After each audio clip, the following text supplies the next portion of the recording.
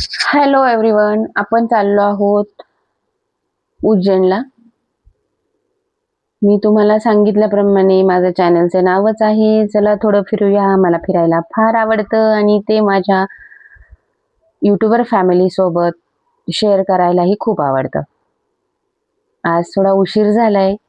आपण आहोत पुण्याच्या थोडे पुढे. आपण जाणार आहे संगमनेर मार्गे उज्जैनला. संध्याकाळ झालीये, खूप उशीर झालाय निघायला. 4 वाजले होते घरातच. पण तरी ठरवलं की जायचंच आज उज्जैनला. आणि म्हणतात ना, महाकाल बाबांचा बोलावा आल्यावरती मग काय विषयच नाही. मग तर आपण जातोच.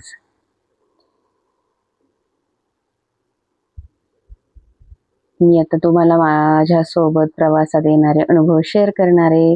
आपण कसं जाणार आहोत हे मी तुम्हाला सगळं दाखवणार आहे. म्हणून शेवटपर्यंत हा व्लॉग नक्की बघा. खूप सुंदर संध्याकाळ आहे ही. मला ही तिन्ही सांजेची वेळ फार आवडते. हे सोनेरी किरण सूर्य अस्ताला गेलाय. हे सोनेरी किरण जे पडतात ना त्याच्यानंतर ते खूप छान वाटतात पाहायला. काही ढग असतात ते सोनेरी दिसतात, काही आकाशे दिसतात. ती सूर्याची किरण त्या ढगांवर पडतात म्हणून त्यांना सोनेरी सोनेरी कडा उमटतात. मला मुळातच रात्रीचं पण आकाश पाहायला आवडतं, दिवसभर पण आकाश पाहायला आवडतं आणि संध्याकाळचं तर खूपच आवडतं. कारण जेव्हा आपण प्रवास करत असतो, दुरून चाललेलो असतो, तेव्हा आपल्याला थोड्याच अंतरावर असं वाटत असतं की हे ढग पुढे रस्त्यावर टेकलेले आहेत. पण ते तसं नसून ते त्यांच्या जागीच असतात. पण तो एक जो आभास असतो की असं म्हणतात ना की धरणी कुठेतरी क्षितिजाला मिळते आणि ती जी भासणूक असते ती मला खूप आवडते. मी तुमच्यासोबत ती शेअर करत आहे.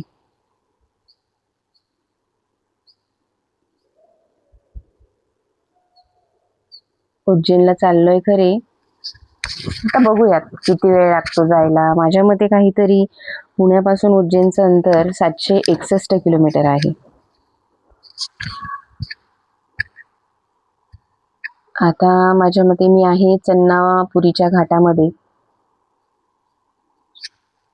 रस्त्याचं काम झाल्यामुळे काही जास्त समजत नाहीये कुठे आहोत काय. पण समोरच एक डोंगर रांग आहे आडवी आणि तिच्या बाजूला असं वाटतंय की सूर्य तिथे अस्ताला गेलाय.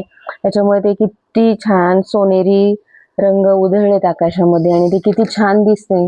मला खूप आवडतं हे बघायला. बघता बघता अंधार पडायला आलाय. म्हणजे मध्यंतरी बराच प्रवास झालाय पण तो मी शूट नाही केला.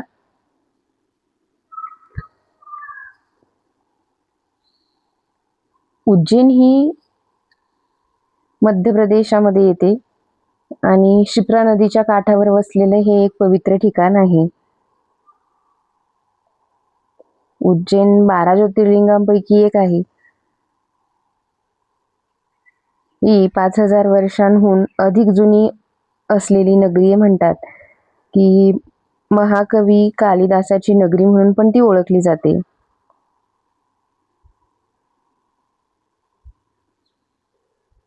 आपण जेव्हा 12 ज्योतिर्लिंगाचं स्तोत्र म्हणतो त्यावेळेस सगळ्यात आधी म्हटलं जातं उज्जैन्या महाकालम. आणि मला महाकाल बाबांचा जरा जास्तच वेड आहे. म्हणजे मला वर्षातून एकदा दोनदा गेल्याशिवाय करमत नाही म्हटलं तरी चालेल. पण आता ही माझी वर्षातली दुसरी ट्रिप आहे. मी चालले म्हटलं चला खूप दिवसांनी चाललं दर्शनाला. आपल्या सगळ्या यूट्यूब फॅमिली सोबत ही गोष्ट शेअर करूयात म्हणून हा व्लॉग तुमच्यासोबत.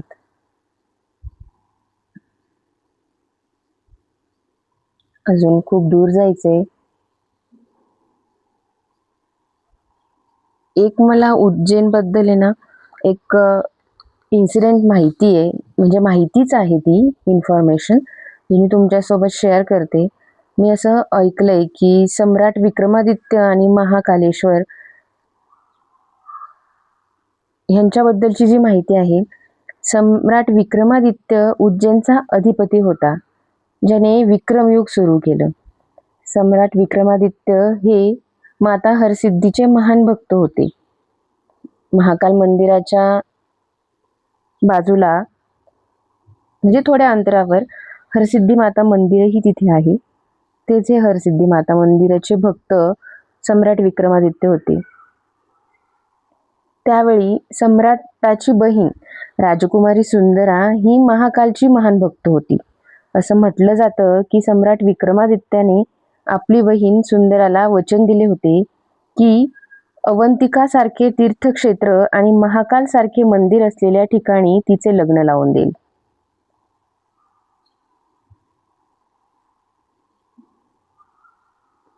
हे मी ऐकून आहे.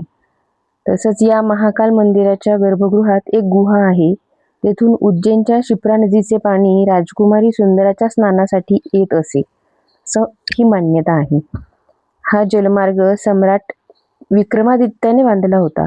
पुढे तपस्वी बाबा महाकाल महाराजांच्या दर्शनासाठी त्याच गुहेतून उज्जैनला जात असत. आता ही गुहा बंद करण्यात आलेली आहे.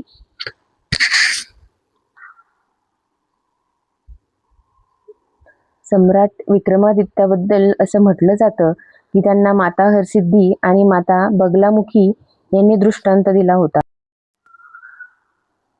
रात्री बराच उशीर झाला होता आणि पाऊस देखील खूप होता. संगमनेर क्रॉस केल्याच्या नंतर कोपरगावच्या पुढे खूप पाऊस लागला आम्हाला. तरी पण आम्ही तसेच मालेगाव पर्यंत आलो आणि मालेगावच्या ब्रिज क्रॉस केल्यावरती आम्ही असं डिसाईड केलं की नाही, आता थांबूयात, पुढे जाण्यात काही अर्थ नाही. रात्रभराचा प्रवास मला योग्य वाटत नाही, सुखरूप नसतो म्हणतात. म्हणून मग मी थांबायचा विचार केला आम्ही. आणि आम्ही इथे हे the pavilion park and resort आहे, इथे थांबलो होतो. खूप छान रिसॉर्ट आहे. इथे लहान मुलांना खेळायला गार्डन एरिया खूप छान आहे, पार्किंग एरिया आहे. EV चार्जिंगचा पण प्रॉब्लेम नाही आहे इथे, काहीच होऊ शकते कार चार्ज, EV कार जर असेल तर. आणि खूप असं छान. आम्ही रात्री इथे स्टे केला आणि सकाळ झाली, आम्ही आलो नाश्त्यासाठी खाली. तर खूप छान पद्धतीचा नाश्ता होता इथे. त्यांच्या पॅकेजमध्येच त्यांच्याकडूनच ब्रेकफास्ट होता. ब्रेकफास्टमध्ये बनाना, वडापाव, पोहे, चिवडा, लिंबू वगैरे असं सगळं त्यांनी छान ठेवलं होतं. चहा वगैरे सगळं होतं. पण मी काही चहा वगैरे घेत नाही. मी फक्त एवढाच नाश्ता घेतला होता, दही वाटी. आणि तिथून आम्ही नाश्ता वगैरे आवरून निघालो पुढच्या प्रवासाला.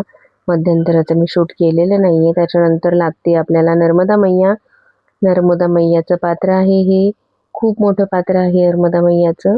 मी काही उतरून शूट केलं नाही, ऊन खूप होतं आणि सरळ सरळ शूट केल्यामुळे असं ब्रिज वगैरे आपण बघू शकता की खूप मोठं पात्र आहे नर्मदा मैयाचं. इथून पुढे निघालो.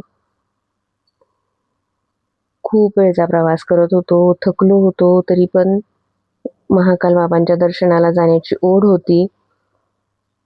म्हणून एक मनाच्या कोपऱ्यात आनंद होता, थकवा होता, पण आनंद तर खूप जास्त प्रमाणात होता. हा मुंबई आग्रा हायवे आहे, त्याच्यामुळे ह्याच्यावरती मोठे मोठे ट्रक, कंटेनर जास्त प्रमाणात भेटतात आपल्याला.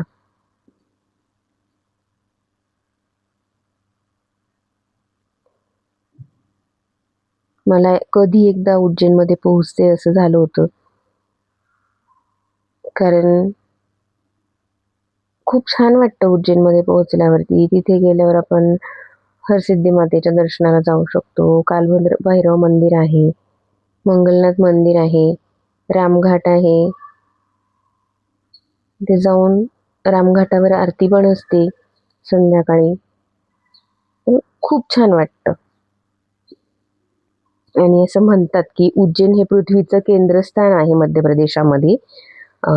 कारण त्याच्यातून जी आपण विषुववृत्त, कर्कवृत्त म्हणतो, तर ती कर्कवृत्ताची जी रेषा आहे ती उज्जैनमधून गेलेली आहे. म्हणून उज्जैन हे पृथ्वीचं केंद्रस्थान आहे. भौगोलिकदृष्ट्या देखील उज्जैनला खूप जास्त महत्त्व आहे. आणि आध्यात्मिकदृष्ट्या तर आपल्या सगळ्यांच्या मनामध्ये आहेच महत्त्व, त्यात काही विषयच नाही. 12 ज्योतिर्लिंगांपैकी एक आहे त्याच्यामुळे. मग आम्ही संध्याकाळचे काहीतरी 3, 3:30, 4 झाले असतील दुपारचे. सॉरी. कंटाळा आला होता गाडीत बसून बसून. थोडं फ्रेश होण्यासाठी थांबलो होतो की चहा वगैरे घेऊयात. रोडमध्ये इंदोरच्या अलीकडे छान हॉटेल आहे, हॉटेल क्रिस्टल. तिथे थांबलो, चहा घेतला. बेस्ट इलायची चहा मिळतो तिथे, तो चहा घेतला. त्यावेळेसही थोडंसं पावसाचं वातावरण होतंच तिकडेही. जळगावच्या पुढे आहे आय थिंक हे हॉटेल. इंदोरच्या अलीकडे जळगावच्या पुढे चहा वगैरे घेऊन आम्ही निघालो. पुढे खूप मोठा हा घाट आहे आणि ह्याच्यावरती हे टँकर, ट्रक्स, कंटेनर खूप जास्त चाललेले असतात आणि ते खूप स्लोली चालतात, म्हणून दुसऱ्या मार्गाने कार व्हेकल्स काढून दिलेल्या होत्या. आम्ही तिकडनं निघून गेलो पटकन.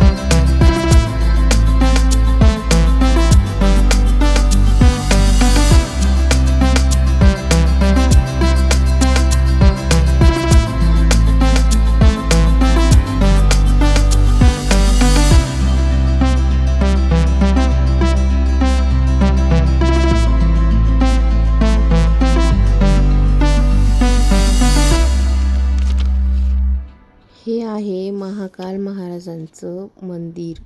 खूप छान मंदिर. मला मोबाईलमध्ये ते व्यवस्थित शूट नाही करता आले, तरी पण मी शूट करण्याचा प्रयत्न केला आहे. बाजूलाच हे अशी झाडी आहे. एक झाड आहे महाकाल मंदिराच्या बाजूला. हे महाकाल महाराजांचं मंदिर. महाकाल हे शिवाचे अंतिम स्वरूप म्हणजे तत्वांचं संहारक मानलं जातं. असे म्हणतात की त्या पलीकडे काहीही नाही, कोणतंही तत्व नाही, काळसुद्धा नाही. महाकाल हा करुणेच्या बोधिसत्वाचं एक भयंकर आणि शक्तिशाली रूप आहे.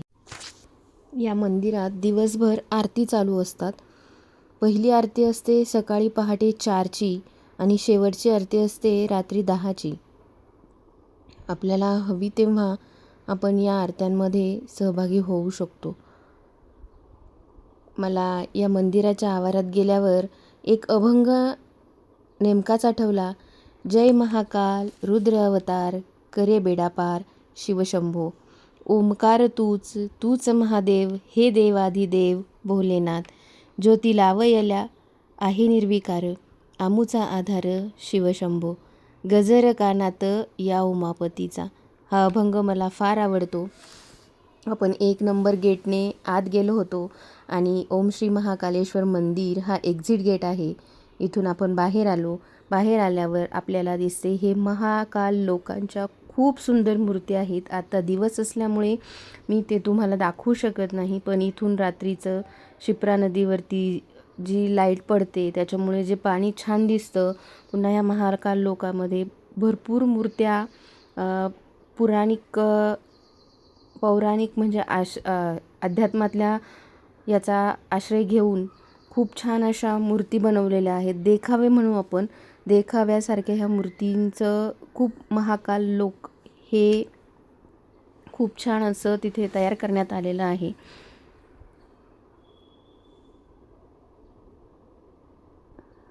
अशा जागोजागी स्क्रीन देखील लावलेल्या आहेत महाकाल मंदिराच्या परिसरात, की आतमध्ये गेल्यावर कधी गर्दी असते, घाईत व्यवस्थित दर्शन होत नाही, तर बाहेर आल्यावरती भाविकांना निवांतपणे महाकाल राजाचं दर्शन घेता यावं म्हणून इथे खूप ठिकठिकाणी अशा स्क्रीन लावलेल्या आहेत.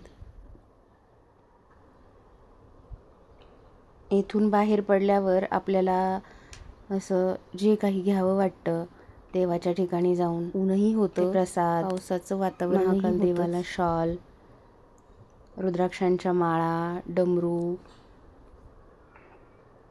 रुद्राक्षाचे ब्रॅसलेट्स, छान कडी महाकाल नावाची, भस्म वगैरे खूप छान छान होतं तिथे.